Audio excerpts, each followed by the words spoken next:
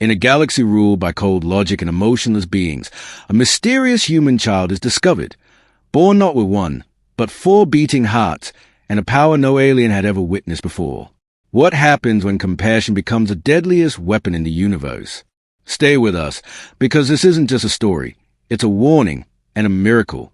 They found her on a dying moon, abandoned, alone, and shivering beneath the crimson sky. The Vortherai Exploration Unit had been scavenging for remnants of a lost Earth vessel when their scanners detected something improbable, a human life form. But it wasn't the human part that baffled them. It was the readings. 4 separate pulses. 4 hearts beating in perfect harmony inside a child no older than 7 Terran cycles. The Vortherai had never seen anything like it. Commander Ural, known for his disdain toward the chaotic mammalian species, stood frozen as a child looked up at him with eyes too deep for her age. She didn't cry. She didn't plead. She simply extended a small, trembling hand. Against every order in the Vortherai handbook, Ural took it. Back aboard the medical wing of the vessel Kethra's Wrath, the child lay silently as scans and probes whirred around her. The ship's AI, Tess X9, repeatedly flagged anomalies in the results, not just in her physiology, but in her neural patterns, emotional waves, and biochemical outputs. Her DNA was human, pure Earthborn, but evolved in some strange, impossible way. She should not have existed, and yet she did. They called her Hope. Not because she told them her name. She hadn't spoken a single word, but because something about her stirred unease and wonder in the crew. Over the next few rotations, strange things began happening on the ship. Injured Vortherai soldiers healed faster in her presence. Fights between crew members stopped mid-argument when she was near. Even the war-hardened medics found themselves laughing, something their species hadn't done for generations.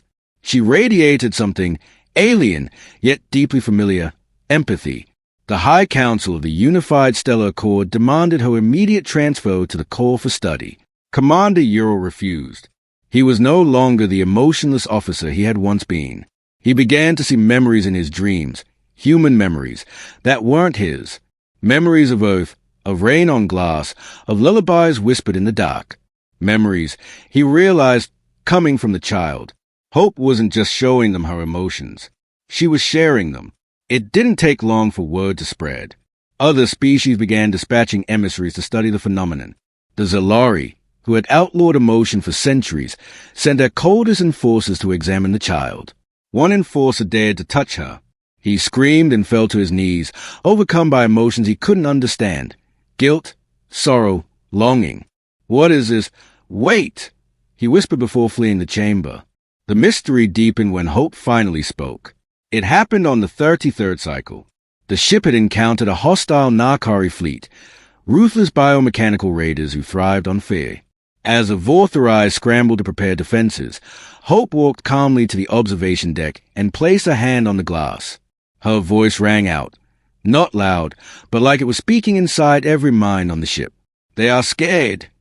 Ural turned. The Narkari? Scared? They are hunters. They feel nothing. No, she said, looking into the stars. They remember pain. Long ago. I can feel it. I can help them remember who they were before the war. The crew didn't believe her. How could they? And yet, when the Narkari ships approached firing range, something impossible happened. They stopped. Mid-space. Engines powered down. Weapons retracted. Then, one by one, the Narkari sent a signal. 3 simple words. We remember her. No one knew what that meant. Had they seen her before? Were there others like her? Or had her presence awoken something buried deep in the genetic echoes of the galaxy? Hope didn't explain. She only smiled, a small, sad smile that made even the toughest warriors feel a lump rise in their throats. Scientists laid to their eyes that the child's 4 hearts weren't just biological organs. Each one resonated with a different form of energy, emotional, neural, gravitational, and something unknown, something they called soul frequency. Hope wasn't just human. She was humanity, amplified, compassion made flesh, memory made real, pain turned into light. As the months passed, empires changed. Peace treaties were signed. Species who had hated each other for millennia began talking. Not because of politics or fear, but because of the quiet presence of a girl with 4 hearts and one unstoppable hope. And then, just as suddenly as she came, she vanished. The Kethra's Roth returned to Dock 1 standard year later, missing 1 crew member. No sign of struggle, no breach in security. Just a note left behind in her room, written in an ancient Terran dialect. It read, "You gave me shelter. You gave me time. Now I give you peace. Let it grow." Some say she ascended. Others believe she returned to Earth, hiding in plain sight, waiting to be needed again. But the galaxy remembers. Not the weapons, not the wars, but the child who made them all stop. A child with 4 hearts and 1 hope. Whispers of the girl they called Hope began to ripple across the stars like ancient myth, but not all believed. Some called it Vorthari propaganda, a clever illusion to halt interstellar conflict. Others claimed the child was a weapon, an Earthborn anomaly engineered for control through emotion.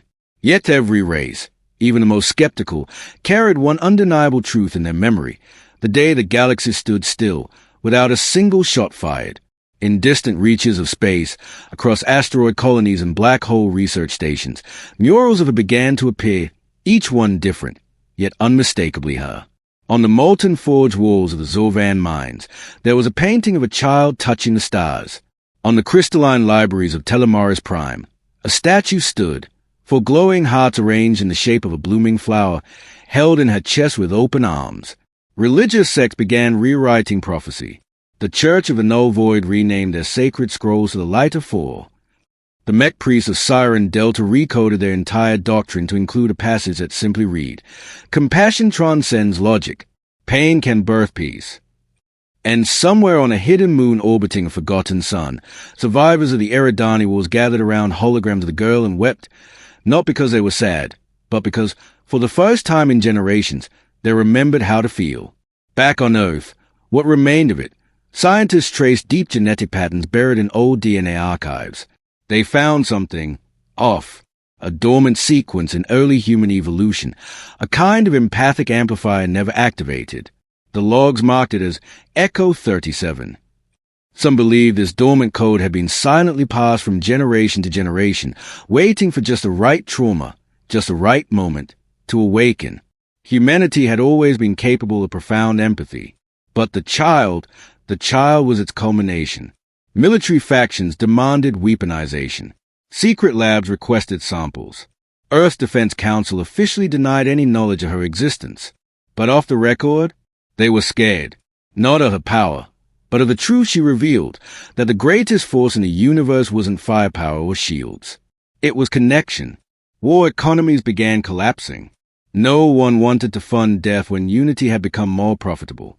The Vorthari, once the most ruthless tacticians, started diplomacy schools based on her teachings. Conflict resolution experts replaced generals. Hospitals saw fewer wounded. Prisons emptied. The word hope became more than a name. It became a declaration. And yet, in the shadows, not everyone rejoiced. There were those who fed on conflict. Hidden cabals of ancient species, long exiled for their manipulations, began to stare. To them, the girl was a threat to balance. Peace, to them, was stagnation. They whispered of a coming purge, one that would reset the rhythm of the stars. They called themselves the Hollow Chorus, and they had only one mission: to silence the hearts. Meanwhile, across galaxies, children began reporting dreams, vivid ones. Dreams of a girl walking through gardens of memory, touching stars, whispering to monsters. Dreams of 4 hearts beating like drums. Some children woke up crying. Others woke up singing. And one boy on a frostbitten mining world in the Iridin sector spoke her name in his sleep. His parents, confused, asked him how he knew it. He smiled and said, "She visits me when I'm sad. She puts her hand on my chest. And then I feel warm." Doctors couldn't explain the boy's sudden recovery from neural frostbite. Nor could they explain how his voice, once silent, now carried an echo as if someone else was singing through him. The same happened on other worlds. Dozens, then hundreds. Some began to wonder, had she truly left? Or had she become something more? Hope was no longer a child. She was an idea, a network, a pulse. And with each new mind she touched, with each heart that beat in resonance with her own, she grew, not in body, but in presence. The hollow chorus had underestimated her. You cannot kill what lives in every living thing. The hollow chorus began their campaign in silence. No fleets, no open wars, no declarations. Instead, they targeted memory. Entire colonies awoke one day with no recollection of the girl. Murals faded. Stories vanished from archives. Dreams turned black and cold. On the crystal moon of Tyrellian 6, a library filled with children's drawings of hope dissolved overnight into blank paper. Even the stars that once aligned to form her name in galactic charts rewrote themselves. The galaxy didn't notice at first, but the children did. They wept with no reason. They screamed her name without knowing why. Some curled into fetal positions, whispering, "Don't forget, don't forget, don't forget." The chorus had created a machine, an ancient relic called the Unraveler, capable of erasing emotional imprints from time itself. A weapon not of fire, but of forgetting, and it was working. But they had made one miscalculation. Hope had already planted herself in the one place they could never reach, within the hearts of those who had felt her. On the planet Elrath, a woman named Dr. Elia Ree, a xenoneurologist and one skeptic of the child's legend, found herself unable to sleep. She was haunted by a melody she couldn't place, playing faintly in her mind like a lullaby on wind. When she ran it through ancient Earth archives, her blood ran cold. It was a heartbeat, full, in sequence, not mechanical, organic, alive. She wasn't alone. Across the stars, others began hearing it. Pilots in deep space, monks in silence chambers, soldiers on midnight patrols. The rhythm returned, not just as memory, but as a call. And when Dr. Ree followed the pulse into a deep meditative trance, she saw her, not a child anymore, but something radiant, a being woven of starlight and sorrow, with four luminous hearts orbiting like moons inside a translucent chest. Her voice was soft, but it shook the foundations of Ree's soul. "They want you to forget," the being said. "But love remembers." In that moment, everything changed. Ree uploaded her experience across the galactic net. The chorus tried to suppress it, to label it propaganda. But it was too late. Others came forward, thousands, each with similar visions, similar heartbeats heard in dreams. Across every major star system, people began to hum the same tune. No lyrics, just resonance. The Unraveler began to malfunction. Its code, meant to erase, was rewritten from the inside. A virus had infected it. Not digital, not organic. Something else. Emotion. Each target it touched, each memory it tried to erase, resisted. Not with force, but with meaning. Stories reappeared, stronger. Forgotten murals painted themselves back, brighter. Even the stars realigned. Astronomers on the fellow ring screamed when they saw it. A new constellation had emerged, 4 burning hearts, spiraling around a central point of light. They named it the Pulse. The hollow chorus, for the first time in eons, panicked. They unleashed their fleets. Massive, obsidian cruisers, powered by void energy, swarmed through hyperspace. On the moon of Lurketha, where hope had first been found, the final battle began. But there was no army waiting for them. There was only one figure. A girl, maybe 10 years old, standing barefoot in the dust, her eyes closed, her hands stretched toward the sky. She didn't speak. She felt. And across the galaxy, every living soul who had ever seen her, dreamed of her, or believed, felt it too. Grief, compassion, rage, joy, love, unity, 4 hearts, 1 hope. Together, they pushed. From every planet, every station, every being who had ever remembered what it meant to care, to heal, to hope, they reached out not with weapons, but with presence. And the chorus shattered, not exploded, not burned. They simply vanished, as if they had never been, because they had become what they hated most. Remembered, they were no longer shadows. They had names, faces, regrets. And in knowing that, they became human. After the battle, silence returned to the stars. Not empty, but full. Full of stories. Full of peace. Statues of the girl were raised again, but now she wasn't alone. Around her stood others. Children, elders, aliens, humans, enemies turned friends. All holding hands. All with 4 small glowing lights in their chests. The legend of the girl with 4 hearts didn't end. Because she wasn't a girl anymore. She was a spark inside each of us. And she waits, quietly, for the next soul brave enough to carry her forward. Not with might, but with hope. Years passed. The story of the girl with 4 hearts and 1 hope became part of history, no longer a tale of warning or war, but a universal lullaby whispered across species, sectors, and centuries. On Earth, which had long since faded from its position of galactic power, things began to bloom again. Forests were planted in her name. Oceans, once poisoned, were healed by volunteers who worked not for money, but because they felt her in the water. Cities once split by greed began reuniting, not through law, but through shared feeling. Hope was not a memory. She was a movement. The Galactic Concord, formed in her wake, created an archive known only as a memory vault. It wasn't filled with weapons, or science, or data. It was filled with emotion, a living database of recorded feelings, accessible by anyone across space. When a child felt alone on a cold mining world, they could reach out to the vault and feel the warmth of millions who had once felt just like them. When a soldier stood trembling before battle, the vault whispered strength from the echoes of ancient courage. And when a widow held a partner's fading hand, the vault played the heartbeat of love, 4 beats in rhythm. Not everyone understood it. Some still feared what she represented, that emotion, if unguarded, could be a force as powerful as any black hole. But even those who feared remembered, and that remembrance became the shield against darkness. On the quiet plains of Sailor's 9, an elder named Mero, the last surviving officer from the Kethra's Wrath, sat beneath twin suns, recounting the story to a group of children with wide, curious eyes. They had never known war. They had never fired a weapon. And yet they sat in silence as Mero closed his tale. She was small, he said, but when you looked into her eyes, you felt seen. Not judged, not evaluated. Seen. And when she held your hand, the weight of every mistake you'd ever made felt just a little bit lighter. One child raised a hand. Was she a god? Mero chuckled. No, that's what makes it beautiful. She was a child. Just a child who refused to stop loving, even when the universe told her to. Another child, a Tellary girl with luminescent skin, asked softly, will she come back? Mero looked to the stars, his old eyes shimmering. She never left, he said. Close your eyes. Listen. You'll hear her. And as the wind danced through the grass, all the children closed their eyes. And they heard it.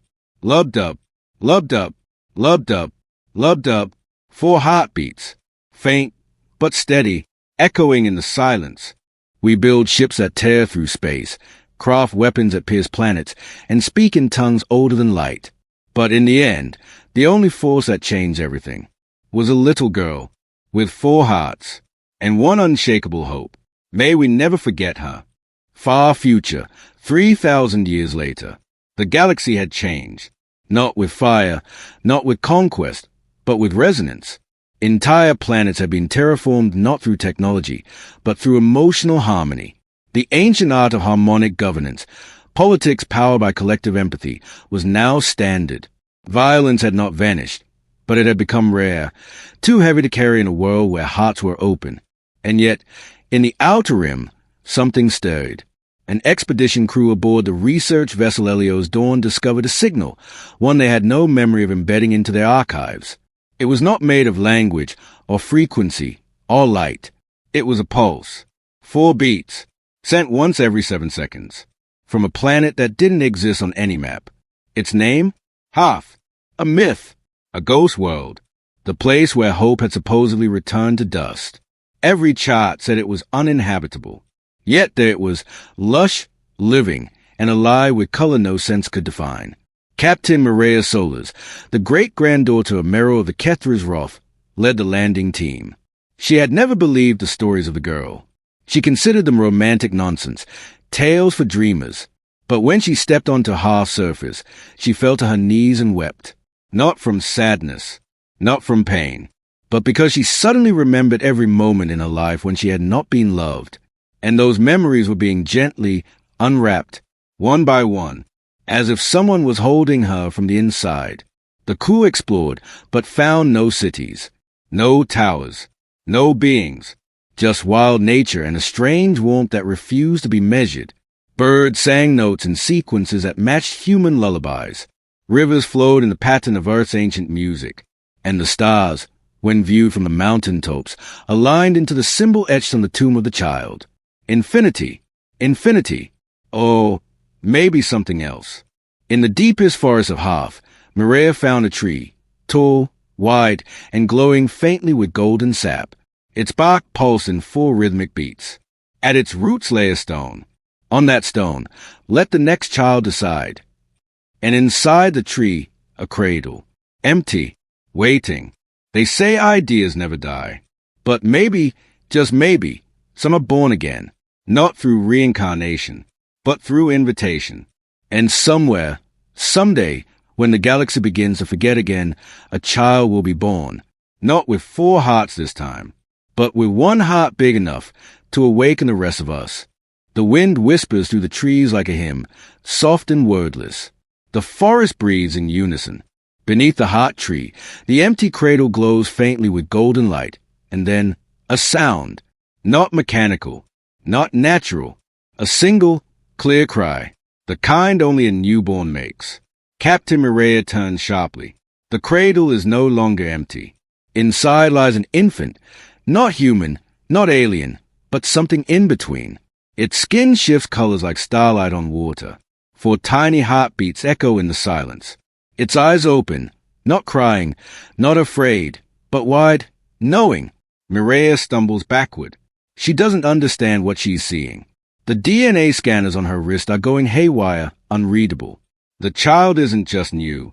It is original, a rebirth of something ancient, not cloned, not summoned, chosen. She falls to her knees. The others behind her are speechless. A scientist drops their scanner. Another faints. And yet, none of them can look away. The infant raises one small hand and points, upward, toward the stars. And slowly, one by one, the constellations shift.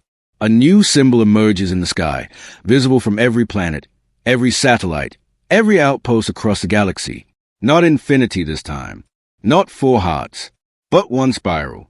Endless, expanding, living. The pulse returns, but this time, not as memory, as awakening. Across the galaxy, montage sequence begins.